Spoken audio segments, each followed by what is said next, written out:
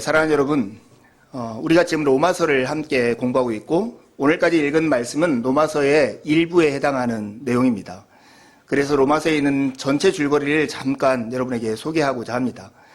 로마서 1장 1절을 시작하면서 바울 사도가 로마에 전하고 있는 이 복음이 하나님의 복음이라고 얘기했습니다. 하나님의 복음이라고 하는 것은 하나님이 행하신 기쁜 소식이라는 뜻입니다. 바울 사도는 이 하나님의 복음을 두 가지로 묘사를 해요. 하나는 선지자를 통해서 미리 성경에 약속하신 것, 그리고 다른 하나는 그분의 아들에 관한 것이다, 이렇게 소개를 합니다. 성경에 미리 약속되어 있는 아들이신 예수 그리스도 안에서 하나님께서 우리를 위해서 행하신 그 복된 소식, 그것이 바로 복음이라는 것입니다. 이 복음을 전하는 이유, 그 목적은 무엇이냐면 이 복음을 듣는 사람들로 하여금 하나님을 믿어 하나님이 우리의 주님이신 것을 인정하고 우리의 삶에서 구체적으로 주님의 주도심이 나타나는 순종의 삶을 살고자 하는 것이 하나님의 목적입니다. 그렇게 하는 것은 우리를 굴종이나 굴복시키고 억압하려고 하는 의도가 아니라 하나님 아래 살아가는 백성들의 참된 복과 영생을 누리게 하려는 데 하나님의 목적이 있습니다.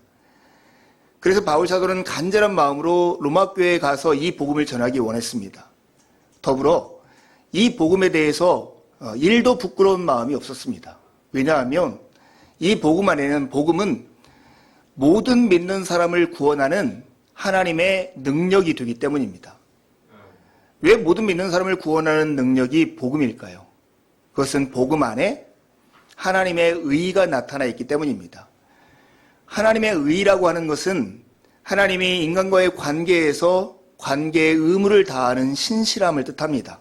인간이 범죄해서 하나님을 저버리고 하나님을 떠나는 그 순간에도 하나님은 당신의 하신 약속과 당신의 사랑을 포기하지 않고 결국 우리가 알듯이 예수 그리스도를 보내시기까지 그 관계를 회복하고 세상을 바로잡기 위해서 그 신실함을 놓치지 않았었습니다.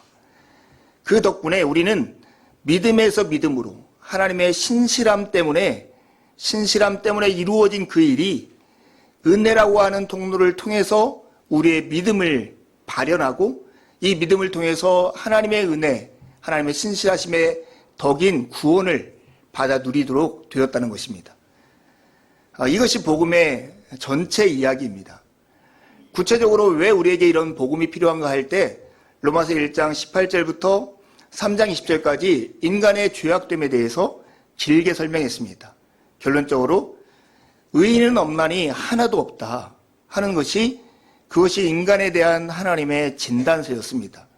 그러나 하나님은 여기에 머물지 않고 율법과 상관없는 하나의 의, 바로 예수 그리스도를 보내셔서 예수 그리스도를 믿음으로 말미암아 우리가 구원을 받게 하고 하나님의 자녀가 되게 하고 영생을 누리게 하는 그 복을 받게 하셨다고 하는 것입니다. 사람들 사이에 그러니 이런 질문이 나오는 거죠. 믿음으로 말입니까? 어떻게 그냥 단순히 믿는 것으로 우리가 구원을 받고 영생을 얻을 수 있습니까? 라고 하는 질문, 그 질문 앞에 바울 사도가 내놓은 예가 뭐냐면 아브라함이에요. 아브라함이 어떻게 의롭게 되었는가? 지난 시간에도 오롯이 하나님의 은혜로 말미암아 의롭게 되었다는 것을 이야기했습니다. 근데 하나님의 은혜로 말미암아 의롭게 되어지는 이 과정이 인간에게는 믿음으로 되어진다고 하는 거예요. 오늘은 이 믿음으로 되어지는 것이 의미가 무엇인가에 대해 살피려고 해요. 근데 이 믿음으로 되어지는 이 일을 알면 우리는 그리스도 안에서 참된 자유를 누릴 수 있는 큰 기쁨을 누리게 될 것입니다. 여러분, 우리가 살아가는 세상 속에서는 문화가 우리 모두를 규정하는 것 같은 시대를 살고 있는 것 같아요. 저는 문화와 우리가 가지고 있는 신념, 가치 사이에는 마치 우리가 흔히 먹는 쓴 약을 설탕으로 이렇게 코팅한 당이 전 것 같다고 생각해요. 그래서 그 안에 그 문화가 담고 있는 메시지가 무엇인가 상관없이 그것이 달콤하고 멋있고 화려하기 때문에 쉽게 우리의 목으로 넘겨서 우리의 삶이 되게 하는 경우가 굉장히 많다는 거예요. 최근에 예를 들어보면 오징어 게임이라고 하는 그 드라마가 넷플릭스에서 방영되고 전 세계에 반향을 일으키고 심지어 그 주연 배우들이 미국의 드라마 관련한 어워드에서 나무 여우 주연상을 받을 정도로 정말로 큰 반향을 일으켰습니다. 근데 여러분 생각해 보세요. 이 드라마에 우리가 열광하는 것은 많은 사람의 경우 드라마의 내용과 드라마가 주는 메시지보다는 드라마의 흥미거리와 이 국뽕이라고 하는 우리나라의 드라마가 이렇게 대단해 라고 하는 그 마음들이 크게 작용하고 있다고 하는 거예요. 그것을 볼 수 있는 단편적인 예가 초등학생들, 그 드라마를 보면 안 되고 그 드라마의 생각들을 받아들이면 안 되는 아이들이 오징어 게임을 하고 오징어 게임 그 옷을 입고 다니고 이러고 있는 모습들을 우리가 흔히 볼 수 있다고 하는 거예요. 그러기에 우리가 문화라고 하는 설탕으로 코팅되어 있는 그 안에 담겨져 있는 메시지가 무엇인지를 잘 분별하지 않으면 우리도 쉽게 이 문화에 포장되어 있는 메시지가 우리의 삶을 이렇게 좌지우지하도록 만들 수가 있다고 하는 것입니다. 믿음으로 물음표를 던져놓고 믿음으로 하는 느낌표 던져지는 걸 제목으로 삼은 이유가 이것입니다. 우리가 가지고 있는 문화 속에서 믿음으로 구원을 받는다고 하는 것은 참으로 생소한 얘기예요. 왜냐하면 우리가 살아가는 세상 속에서는 무엇인가 대가를 지불하고 우리의 수고와 노력이 깃든 그것에 대한 보상을 받는 시스템 가운데 우리가 놓여 있어요. 그것이 삶의 당연한 이치인 것처럼 생각하고 있는 거죠. 근데 여러분 잘 생각해 보면 우리의 삶은 철저하게 지난주 나눈 것처럼 은혜에 기반되어 있어요. 태어날 때 부모님의 은혜가 아니면 나는 태어나자마자 죽게 되어 있는 존재예요. 성인이 되어서 나라고 하는 주체성을 가지고 내가 투표를 할 수 있는 자기 권리 있는 성인이 되어가는 모든 과정 가운데 내가 무슨 기여를 했기 때문에 그런 보상과 대접과 삶을 누리는 게 아니라 다 은혜로 주어진 것들을 누림으로써 그런 자리까지 이르게 되는 거죠. 우리의 삶이 무엇인가 조건적 거래에 의해서 내 능력과 내 기여가 있기 때문에 그것에 대한 보상으로 내 삶이 생존하는 것 같지만 사실은 본질을 잘 보면 은혜에 기반하고 있다고 하는 거예요. 이 거래 관계가 판치는 이런 세상 속에서는 믿음으로 우리가 구원을 받는다는 것이 참으로 낯설게 느껴집니다. 낯설게 느껴지는 데까지 이르면 괜찮은데 거기에 더 한 걸음 나가서 가볍게 여기는 거예요. 공짜로 받았어. 이 구원. 내가 기업에 가서 교수님한테 학점 받기 위해서 아니면 내가 사랑하는 사람한테 잘 보이기 위해서는 내가 혼신을 다하면서 그것을 얻어내려 하지만 그것들과 견줄 수 없는 하나님의 영광, 구원, 의를 믿음을 통해서 공짜로 받았다고 하는 이 사실 앞에는 너무나 하찮고 사소하게 느껴진다는 거예요. 그러기에 우리는 믿음으로 구원을 받는다고 하는 것의 의미가 무엇인지를 잘 살펴볼 필요가 있는 거죠. 우리가 공짜로 받은 것을 공짜로 받았다고 해서 하나님이 우리에게 공짜로 주신 것은 아니에요. 예수 그리스도의 피 흘림 때문에 우리에게 그것이 거저 주어졌다는 것을 깨닫지 못한다면 일부 유대인들이 했던 것처럼 하나님의 은혜를 멸시하는 하나님의 오래 참음을 멸시하는 그런 자리에 우리도 빠질 수 있기 때문에 그렇습니다. 여러분 오늘 바울 사도는 16절에 보면 왜 믿음으로 하나님께서 의롭게 하는 길 그런 일을 이루셨는가를 두 가지로 설명합니다. 하나는 그 일이 은혜에 속하게 하기 위해서인 것이고 다른 하나는 모든 사람이 그 은혜를 누리게 하기 위해서 그렇게 하셨다는 거예요. 아브라함의 예로 들어가면 이런 거죠.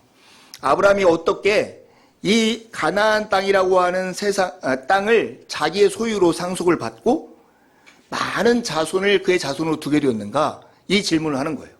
우리로 하면 어떻게 구원을 받았는가? 어떻게 의롭게 되었는가? 이렇게 질문해도 돼요. 근데 그것이 하나님의 율법을 지킴을 통해서 된 것이 아니라 오직 하나님의 약속을 믿음으로 받아들였기 때문에 그렇게 되었다고 하는 것이죠. 하나님이 굳이 어떤 것을 조건을 내밀고 아브라함이 그것을 행하면 그것을 줄 수 있을 터인데 굳이 믿음으로 하신 이유가 무엇인가? 이게 묻는 거예요. 그것은 이거예요. 만약에 율법을 지키는 것이 상속자가 되는 조건이라면 그 누구도 이 상속을 받을 수 없고 하나님의 약속은 모두 다 무효가 될 수밖에 없기 때문에 그렇다는 거죠.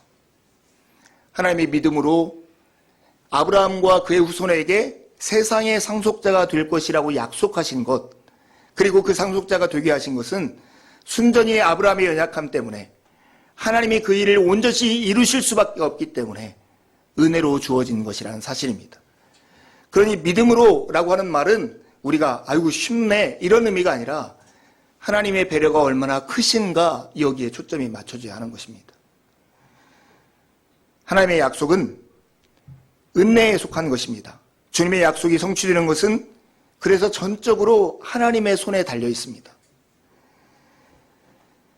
우리가 믿는다라고 하는 것은 그 약속을 우리가 우리의 마음으로 우리의 것으로 받아들이고 그 약속의 관계 안에 머무는 것을 바로 믿음이라고 그래요.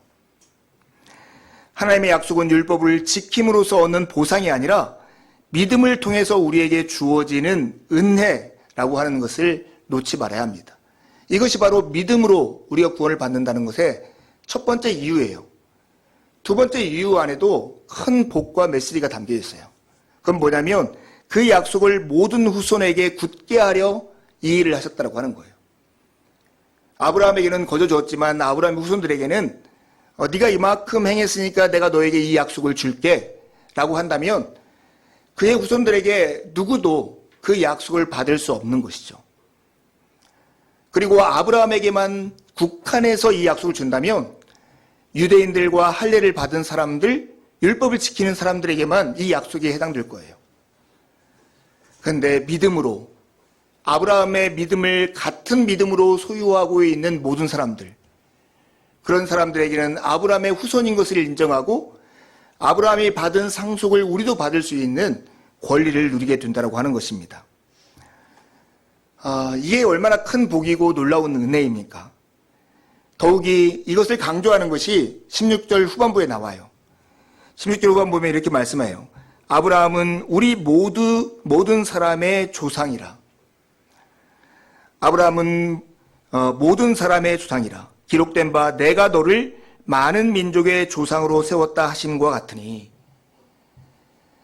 아브라함을 모든 사람의 조상으로 세우신 분, 그분이 누구인가? 그건 아브라함이 그런 조상으로 스스로 세웠고 자격이 있어서 그 위치에 간 것이 아니라 하나님이 그를 모든 사람의 조상으로 세우셨다라고 하는 거예요.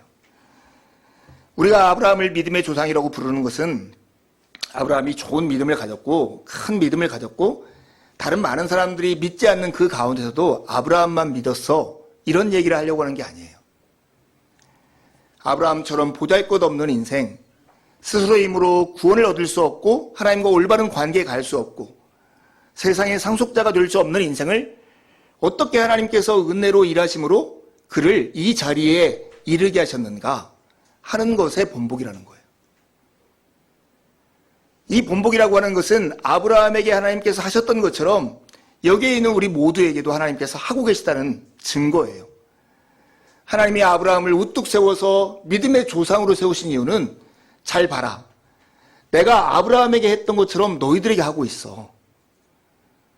아브라함같이 보잘것없는 인생을 정말로 근사하고 멋진 인생으로 만드신 하나님께서, 하나님과 뒤틀린 인생을 하나님과 올바른 관계로 만드신 하나님께서 죄로 말미암아 죽을 수밖에 없는 인생을 하나님 안에서 새 생명을 가진 그런 존재로 만드신 하나님께서 우리에게도 동일하게 하시겠다는 선언이 아브라함이 믿음의 조상이라고 하는 의미입니다.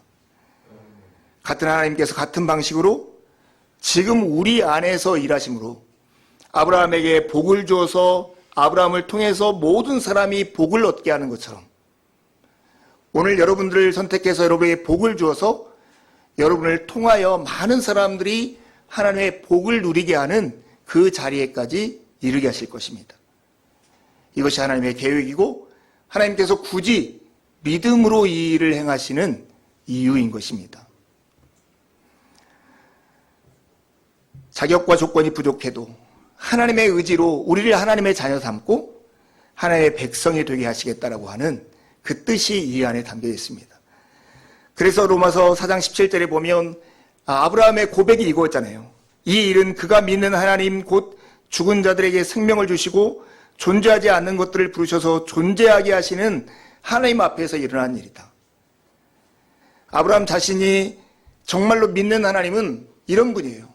죽은 자를 살리시고 존재하지 않는 것을 존재하게 만드시는 그런 분이라고 하는 거예요. 여기에 믿음의 의미가 잘 담겨져 있습니다. 여러분, 믿음은 하나님이 우리를 살리는 은혜가 우리 안에 흐르는 통로예요. 은혜가 흐르는 통로가 바로 믿음입니다. 하나님이 우리의 주님이라는 것을 인정하고 우리의 삶에서 하나님의 주님이신 것을 실제로 살아내는 것, 하나님이 우리의 목자라는 것을 인정하고 하나님의 양으로서 실제로 삶을 살아가는 것, 이것을 바로 믿음이라고 합니다. 하이델베르크 유리문답 공부할 때 우리가 믿음을 두 가지 단어로 요약합니다.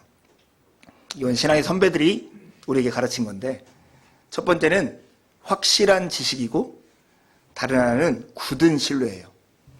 우리가 하나님을 믿는다고 할 때 이 두 가지가 필요합니다. 확실한 지식이라고 하는 것은 우리가 무엇을 믿는가에 대한 답이에요. 굳은 신뢰라고 하는 것은 우리가 어떻게 믿는가에 대한 답이에요. 확실한 지식의 내용은 뭐냐면 복음을 통해서 하나님께서 우리에게 계시하신 모든 것, 그것이 바로 확실한 지식입니다. 그것이 하이델베르크 유리문답에서는 사도신경에 잘 요약되어 있다라고 우리에게 가르칩니다. 우리가 예배를 통해서 고백하는 사도신경은 삼위일체 하나님에 대한 고백으로 되어 있어요. 하나님이 누구시고 성부 하나님이 무슨 일을 하셨는가? 성자 예수님이 누구시고 성자 예수님은 무슨 일을 하셨는가? 성령 하나님은 누구시고 성령 하나님이 지금 어떤 일을 하고 계시는가에 대한 고백이 그곳에 담겨 있고, 우리가 믿는다라고 하는 것은 이것을 받아들이고 인정하고 시인하는 것을 믿는다고 하는 거예요. 근데 이것을 어떻게 믿냐면 굳은 신뢰로 믿는 거예요. 그냥 알겠어 이렇게 지적으로 인정하는 게 아니라 내 삶을 그 지식 안에 던져 넣는, 나와 그 지식을 하나로 묶는, 이 하나님과 내가 하나인 그런 굳은 신뢰가 바로 믿음의 태도라고 하는 거예요. 아브라함이 그런 믿음의 내용과 태도를 올바로 가지고 있는 것이 17절부터 21절까지 잘 나타나 있어요. 여러분, 17절 말씀 한 목소리로 읽어보겠습니다. 시작. 기록된 바 내가 너를 많은 민족의 조상으로 세웠다 하심과 같으니 그가 믿은 바 하나님은 죽은 자를 살리시며 없는 것을 있는 것으로 부르신 이시니라. 믿음은 하나님을 믿는 것입니다. 근데 그 하나님이 누구라는 걸 믿냐면 죽은 자를 살리시며 없는 것을 부르시는 이, 우리가 더 요약해서 말하면 이 세상을 창조하시고 예수 그리스도를 죽은 자 가운데서 일으키신 분, 그분을 믿는 것입니다. 창조의 신앙이요 부활의 신앙이 바로 우리의 믿음의 내용인 거예요. 근데 여러분, 아브라함이 이 믿음을 갖게 된 것은 이렇게 예배 시간에 누군가가 말해줘서 배운 정도, 책을 읽음을 통해서 아는 것이나 아니면 성경을 다시 혼자 읽다가 깨달은 것이 아니에요. 하나님이 창조의 하나님이고 부활의 하나님이라는 것을 알게 된 것은 아브라함이 삶의 구체적인 상황 가운데 하나님과의 교제라는 공통의 경험 속에서 그런 믿음이 일어났다라고 하는 거예요. 아브라함이 가나안 땅에 도달했을 때, 하나님의 약속을 받았을 때 그의 나이가 75세. 여기 있는 중 누구도 75세를 넘으신 분이 없는데 그 나이에 아이를 낳을 것이라고 누가 상상했겠습니까? 그의 아내의 나이도 그보다 10살 아래니 이미 생리가 끝난 상태에서 아기를 낳을 수 없는 상태였어요. 그런 그들에게 하나님이 그들의 후손이 하늘의 별처럼 바다의 모래처럼 많게 할 것이라고 약속하시는 거예요. 믿을 수 있을까요? 예. 쉽게 믿을 수 없는 거죠. 아브라함은 처음부터 믿었을까요? 믿지 못했어요. 그러나 하나님께서는 계속 그와 교제하시면서 하나님을 믿을 수밖에 없는 증거들과 그런 관계를 경험을 통해서 알게 하시는 거예요. 대표적으로 자기 조카 롯이 연합군의 전쟁에 휘말려가지고 잡혀갔을 때 318명의 적은 군사로 그 연합국들을 물리치고 자기 롯과 그 소유물들을 탈취해가지고 다시 왔을 때 그는 하나님이 어떤 분이라는 것을 깨달아 알았을 거예요. 이런 공통의 경험을 통해서 그는 구체적인 삶을 통해서 경수가 그쳤던 이 사라의 몸에서 아기가 잉태하고 아기가 태어난 이 사실을 통해서 아브라함은 고백하는 거예요. 하나님은 죽은 자를 살리시고 없는 것을 있는 것으로 부르시는 분이시다. 오늘 이 약속과 더불어서 얘기하면 하나님은 죽은 나 자신 아브라함과 사라를 살려내시고 존재하지 않는 나의 후손 하나님의 언약 백성들을 하늘의 별처럼 만들어내시는 그런 하나님이다 고백하는 거예요. 그냥 나에게 좋은 직장을 선물해 주실 분, 아니면 나의 건강을 회복시켜 주실 분, 이 정도로 생각하는 게 아니라 죽은 자를 살리시고 없는 것을 있는 것으로 부르시는 하나님이라고 고백하는 것입니다. 그런 믿음으로부터 믿음의 태도가 나오는 거예요. 하나님을 알면 알수록, 하나님이 누구인가를 깨달으면 깨달을수록 우리는 아브라함이 보였던 태도, 바랄 수 없는 중에도 바라고 사라의 태가 완전히 그쳤다는 것을 알면서도 믿음이 약해지지 않고 하나님이 약속하신 그것을 능히 이루실 줄 확실하는 자리까지 이르게 된 것입니다. 처음부터 이랬다는 게 아니에요. 처음부터 이럴 수 없는 거예요. 그러나 하나님과의 경험, 하나님과의 매달리고 씨름하고 기도하고 하나님 앞에 실망하고 좌절하고 때로는 하나님을 더 신뢰하고 나아가는 이 일련의 과정을 통해서 하나님의 변치 않는 신실하심이 아브라함 안에 그 믿음을 일으켜서 바랄 수 없는 중에도 바라고 믿고 사라가 이미 죽은 것 같이 된 상태에서도 믿음이 약해지지 않고 약속된 그것이 반드시 이루어질 것을 믿는 자리에까지 이르게 된 것입니다. 여러분, 이런 믿음이라고 하는 것은 정말로 이런 여러 가지 하나님과의 관계와 경험, 그 말씀을 깨닫고 그분이 누구이신지를 알물 통해서 생긴다는 것을 늘 잊지 마시기 바랍니다. 지난주에 제 친구 하나가 저에게 책과 프로젝터가 쓰지 않는 거 있다고 가져준다고 잠깐 오기로 했습니다. 들어올 시간은 없고 주차장으로 오면 그 집만 전해준다고 해서 기다렸다가 전화를 받고 이제 부산낙에 올라갔어요. 올라갔더니 경비실 앞에서 막 큰 싸움이 이루어진 거예요. 경비 아저씨와 제 친구 사이에. 저는 그 친구가 초등학교 때부터 친구거든요. 가장 가까운 친구 중에 하나고 그 친구의 성품을 누구보다도 잘 알아요. 쉽게 화내지 않고 정말 온화한 성품인데 이 친구 막 손이 바르르 떨리면서 막 목소리를 높이고 다투고 있더라고요. 그리고 경비 아저씨도 화가 났어요. 자초지종을 들어보니 주차장에 들어올 시간도 없어서 그 앞에서 차가 들어올 수는 있지만 그 옆에 차를 주차하고 잠깐 기다리고 있는데 경비 아저씨가 나오더니 다짜고짜 욕을 했나 봐요. 차를 빼라고. 이 친구는 도무지 이해가 할 수 없었고 그것 때문에 이렇게 화가 났던 거예요. 제가 경비 아저씨 입장에서 보니까 경비 아저씨는 차가 그런 것들 때문에 못 들어온 것 때문에 이 상가 50개 들은 상가 주인들한테 맨날 소리를 들었던 분이에요. 그래서 그 스트레스 때문에 모르는 사람이 그 차에 있으면 그렇게 반응을 했던가 봐요. 근데 제가 이 친구와 이 경비 아저씨의 다툼을 보고 이렇게 화해를 시킨 다음에 친구를 돌려보낸 다음에 제가 이런 질문을 하고 있더라고요. 이 친구에게 오늘 무슨 일이 있었나? 왜 이렇게 화가 났지? 뭐 어디 아픈 거 아닐까? 이렇게 질문하고 있더라고요. 모르는 사람이 나이든 어른과 막 싸우고 다투고 있으면 저 인간 왜 이렇게 못된 놈이야? 이렇게 말했을 텐데 제가 이 친구를 알아요. 이 친구의 성품도 알고 이 친구를 내가 충분히 신뢰할 만한 친구예요. 그러니 내 질문이 바뀌더라고요. 이 친구에게 무슨 일이 있었나? 어디 아픈 건 아닐까? 요즘 스트레스 받는 일이 많을까? 예전에 이 정도로 화가 되지 않았는데 이런 질문을 하고 있더라는 거예요. 아브라함의 믿음, 바랄 수 없는 중에 바라고 알고도 믿음이 약해지지 않고 하나님이 능히 이루실 줄 확신하는 이것은 하나님이 죽은 자를 살리시고 없는 것을 있는 것으로 부르시는 하나님이라는 것을 알 때 일어나는 자연스러운 반응이라고 하는 것입니다. 하나님과 동행하려면 히브리서 11장 6절의 표현대로 하면 하나님이 계신 것과 그분이 자기를 찾는 자들에게 상 주시는 이심을 믿어야 합니다.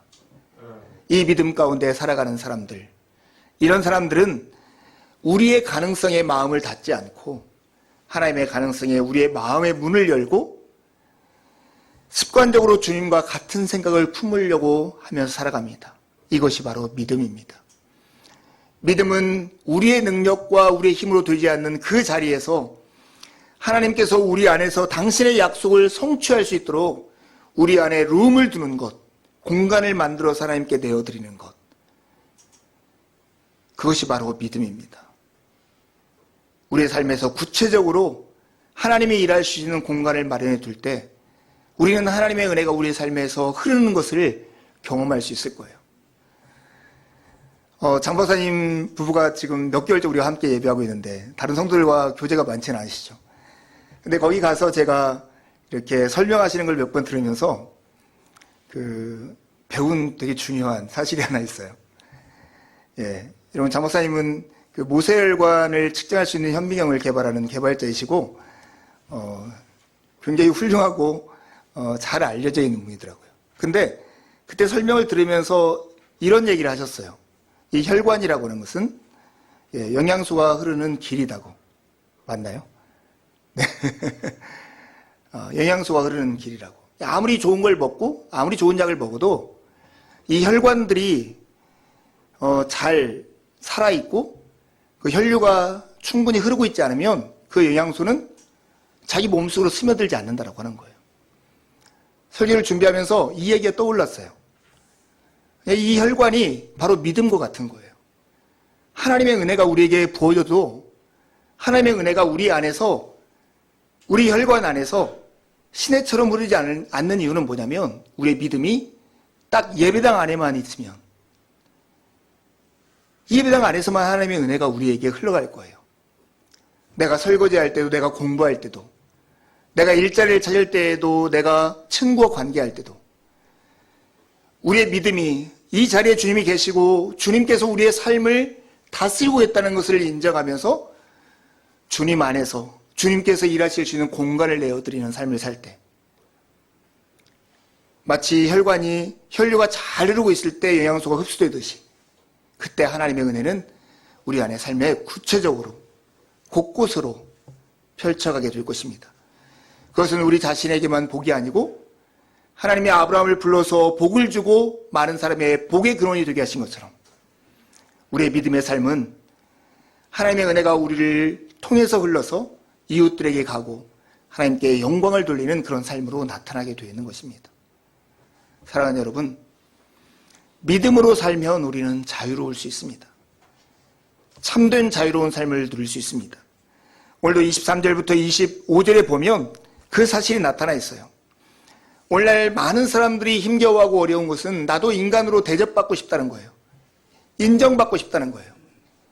그런데 예수 그리스도를 믿는 믿음으로 살아가는 사람은 이런 인정으로부터, 인정 욕구로부터 자유함은 삶을 살 수 있습니다. 하나님이 아브라함이 그를 믿으니 그를 의로 여겨졌다 하는 그 말을 기록한 이유가 우리도, 믿는 우리도 의롭게 여기심을 받을 것이기 때문이라는 거예요.